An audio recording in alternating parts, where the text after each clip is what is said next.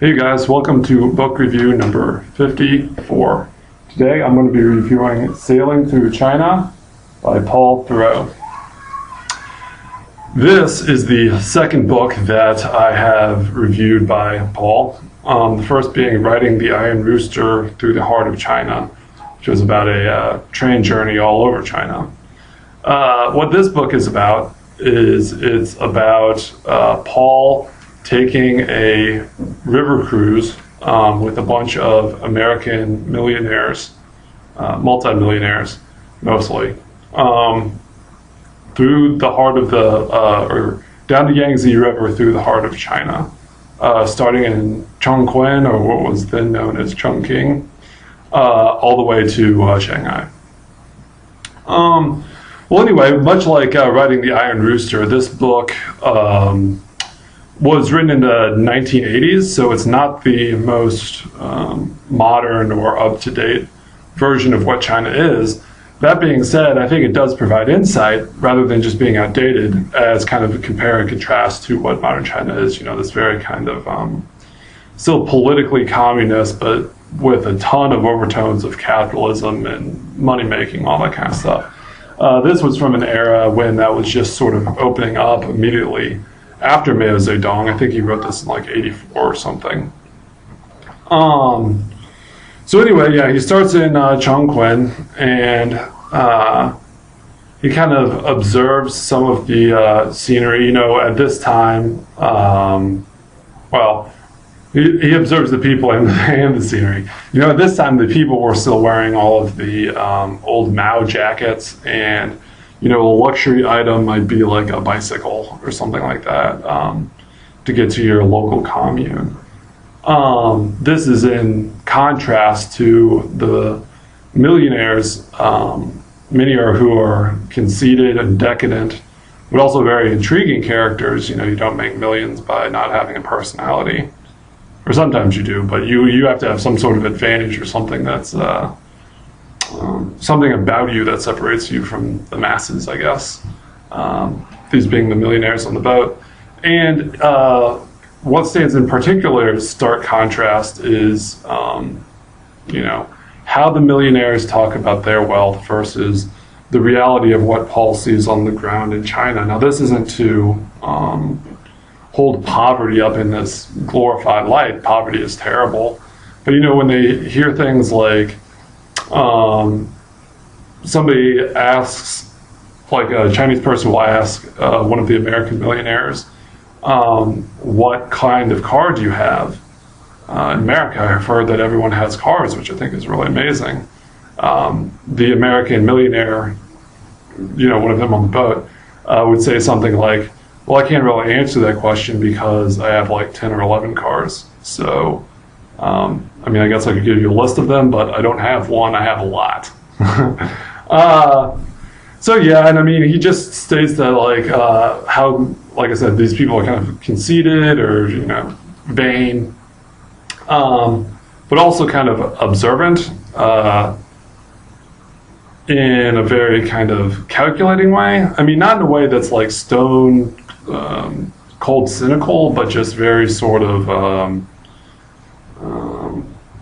analytical of their surroundings. He also mentions that very few of them seem to be, well, some of them are cultured in what they've read, but they tend to say things, if you will, that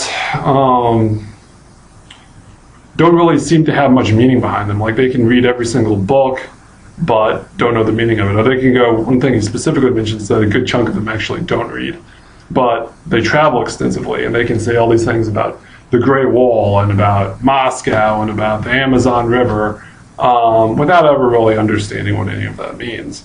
Now, obviously, that's sort of ironic to Paul because he's a travel writer, so that's kind of his bread and butter, how he makes money. Now, not to these people's degree, but to them, traveling is kind of merely a luxury. It's just kind of, you know, a lot of these people are so rich that they just need to find things to fill their day with because they've got too much money to be stuck in the world like the rest of us.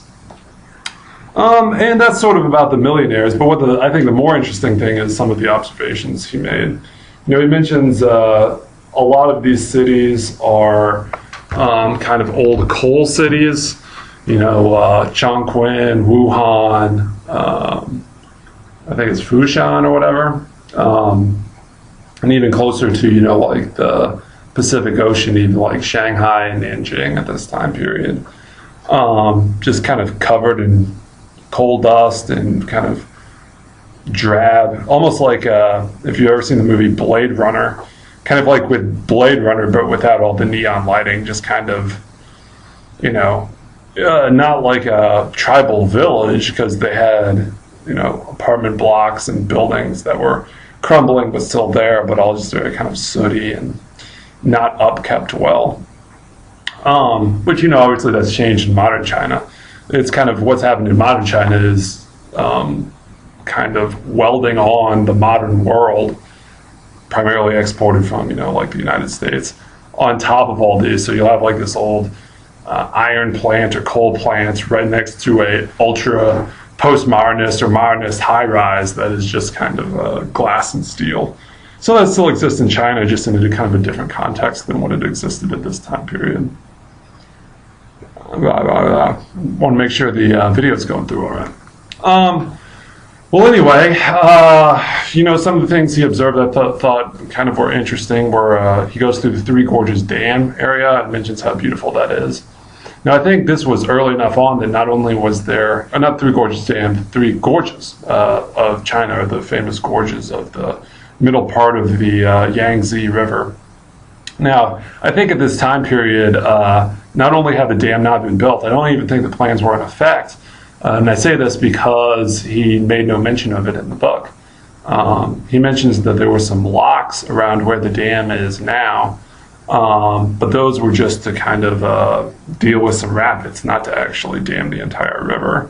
So, a lot of these things are now extinct with Yangtze Dam being at full capacity, or the Three Gorges Dam being at full capacity. But he mentions, like these cliffs. He mentions how everything in the Three Gorges Dam region has a name to it, which kind of adds historical context, which makes it even more sad, the fact that now this river is being dammed up, and all these named things that he said every single rock for like 150 or 200 miles down the course of the river where the gorges were at were all named, and a lot of the riverboat captains could even name them.